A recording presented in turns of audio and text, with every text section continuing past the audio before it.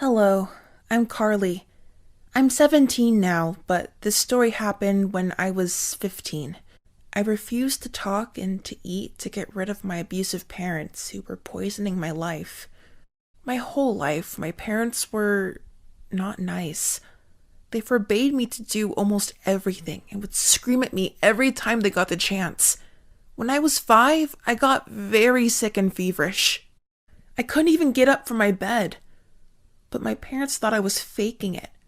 When they were taking me to the doctor by bus, I was crying, but they told me that I was embarrassing them and that if I didn't stop, they would take me back. So I had to hold back my tears all the way there.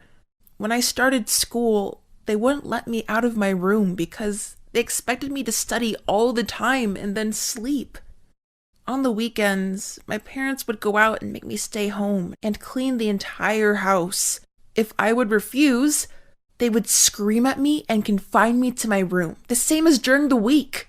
They would never let me talk. I had to be as silent as possible. So by the time I was 15, I had no friends at all, simply because I was afraid to talk to anyone. My classmates and even my teachers hated me because they thought I was weird. When I wished happy birthday to Emily, one of the girls from our class, and gave her a necklace I made myself, she laughed at it and threw it in the trash because it was ugly. I took it out of the trash and they continued to laugh at me, calling me a hobo. When a teacher asked me something, I couldn't answer because I was too scared. But they thought I was stupid. Every time I tried to explain my situation at home, they would get angry at me because I was coming up with excuses. So I gave up. I stopped talking at all. No more talking because it made everything worse. I also hoped that maybe someone would notice it and it would help me somehow. Every time a teacher asked me something, I stayed silent. They would get angry but then just forget about it and move on. During breaks, I would sit alone. But people would come to me, trying to test my patience. One guy, Emmett, who would bully me a lot, would shout in my ear as loud as he could, trying to get a reaction from me. But I didn't do anything.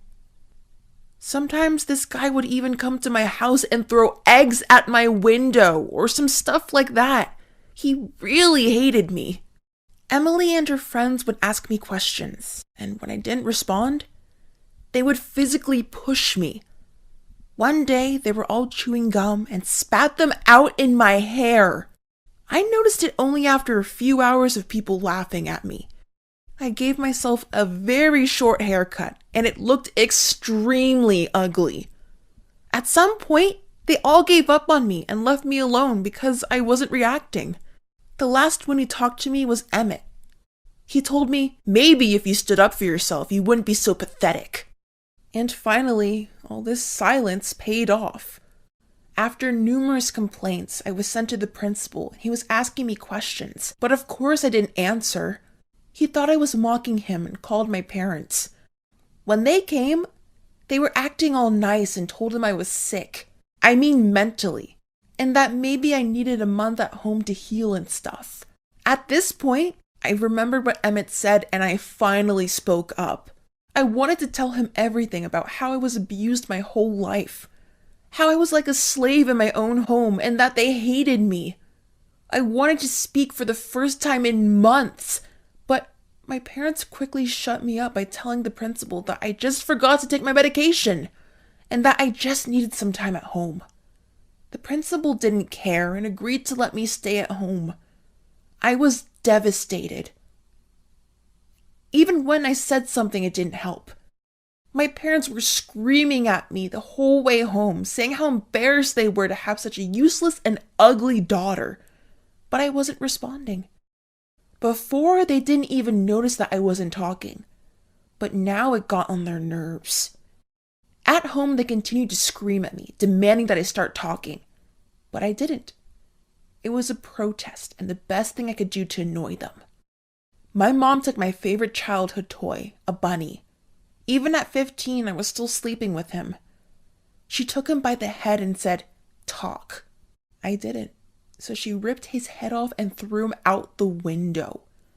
I could sew pretty well, so I ran outside to get him back, but my dad blocked my way and then took me to my room. They locked my door, demanding that I start talking, and they took away my phone and my books. I was laying down in an empty room, and the only thing I could do was look out of my window. To not go crazy, I was silently having conversations with myself. I also refused to eat to prove my point. At some point, they put a sandwich into my room. I was ready to bite it, but then I put it back. I decided that I wasn't going to eat. I only drank water occasionally. My parents kept berating and pressuring me, and all I wanted was for them to leave me alone. And I couldn't wait to move out when I turned 18. I even wrote them a letter explaining this, but they refused, thinking I would break. But I knew that sooner or later I would win this and get what I wanted. After a week of this, someone threw a stone at my window. It was Emmett. He was holding a piece of cardboard with "creepy idiot" written on it, and he was smiling. But when he saw me in my state, his smile disappeared and he dropped the cardboard. We looked at each other for a minute, and then he ran away. After a few days, the police came to our house. I don't remember any of it because I was at my limit. I only remember a lot of screaming and weird sounds. I was put in the hospital where I was fed through a tube. Doctors, psychiatrists, and social workers were coming to me, asking me questions. And I finally started speaking and told them everything. It was nice, but I still felt alone. I didn't know what exactly had happened, but I found out soon. One nurse told me a boy, the one who told the police, was coming every day and asking about me. They kept telling him he could visit me, but he always refused. I knew it was Emmett.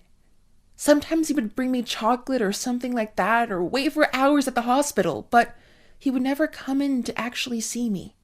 After some time, I was put into a foster home for a while, and I was much better and healthier. At some point, I was informed that my parents were put in jail. And you know what? I smiled. I was happy. Maybe it was cruel, but they deserved it.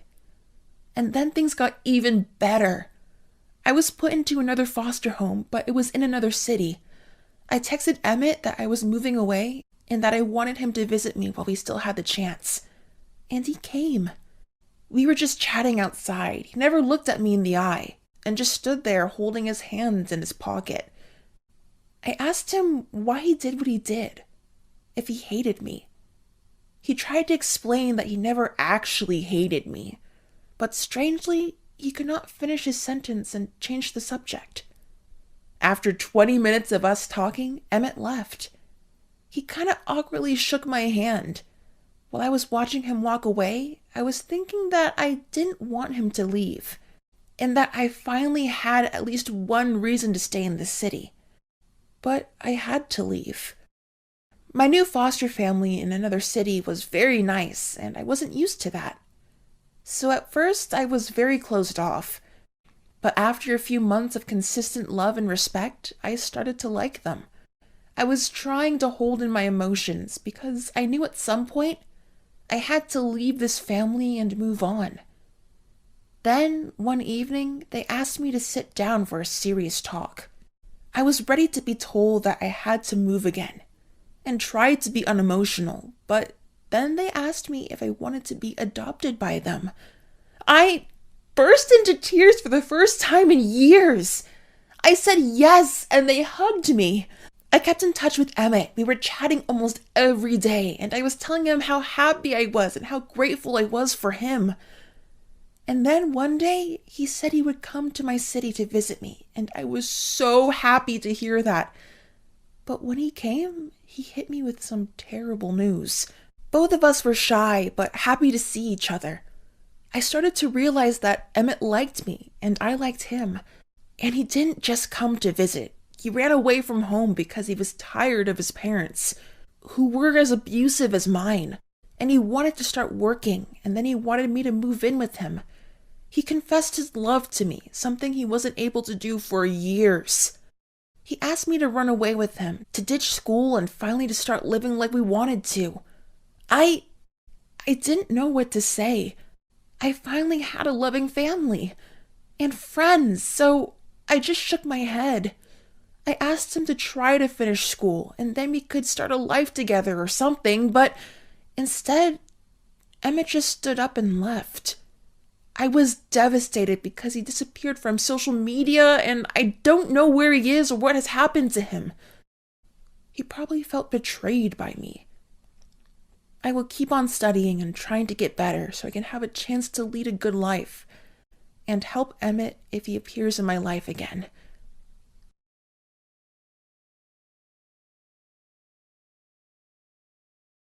Hello, I'm Monica, and my stepmother hated me so much I had to move out. But let's start from the beginning. My mom died when I was around 3 years old, and it made my dad miserable because he loved her very much. For years, he was single, not even daring to start dating again. But when I was 14, he met Taylor. She kind of looked like my mother, but as I was told, she wasn't anything like her in terms of character. My dad asked me if I would be okay with this, and of course, I said yes because I wanted him to be happy. Soon they married, and Taylor moved in with us, together with her son James, who was 12 at the time. At first, everything was all right. My dad and Taylor loved each other very much, and James was quite easygoing. I hadn't seen my dad so happy in years. But soon, I started to notice how Taylor was manipulating him. She would always make him adapt to her lifestyle, and if she did something wrong, she turned everything around so it was my dad who was at fault. I wasn't having any of it, and Taylor disliked my attitude and started treating me badly and always blaming me if something happened. Even if James did something, it was my fault. For example, she would get angry at me because I didn't wash the dishes, even if there was only one dirty plate, and James ate from it. It was me who got lectured by Taylor, and that's the least of things she would say or do. At first, my dad was trying to defend me, but she eventually made him think that she was right and I was a spoiled, ungrateful kid. She told me that I was stealing our money, and it wasn't true. And I don't know where she got this idea from. By this point, our entire family turned on me. Taylor was as condescending as ever, and if I tried to defend myself, my dad would go, "Don't talk with your mother like that." I, of course, answered, "She is not my mother and she never will be," which would make my dad angry. And James listened to all of this and started to see me as a villain too, and Taylor was turning him against me as well. Why did Taylor do that? I guess she didn't like how much attention my father was giving me, which was understandable because I am his daughter. Ugh. Seeing how Taylor took over our lives, I tried to talk to Dad, but he wouldn't listen. So I approached my grandparents, explained them the situation, and asked if I could move with them. They said yes, and they also disliked Taylor very much. I moved out. Both me and Taylor were happy about it. Living with my grandparents had its own difficulties, but it was way better than living with Taylor. My dad would call me every day and visit every weekend at first, but then he called and visited less and less, probably because Taylor was whining about how he didn't love her. My dad was trapped, but it was his decision, and while I still loved him, I couldn't simply overlook how he treated me.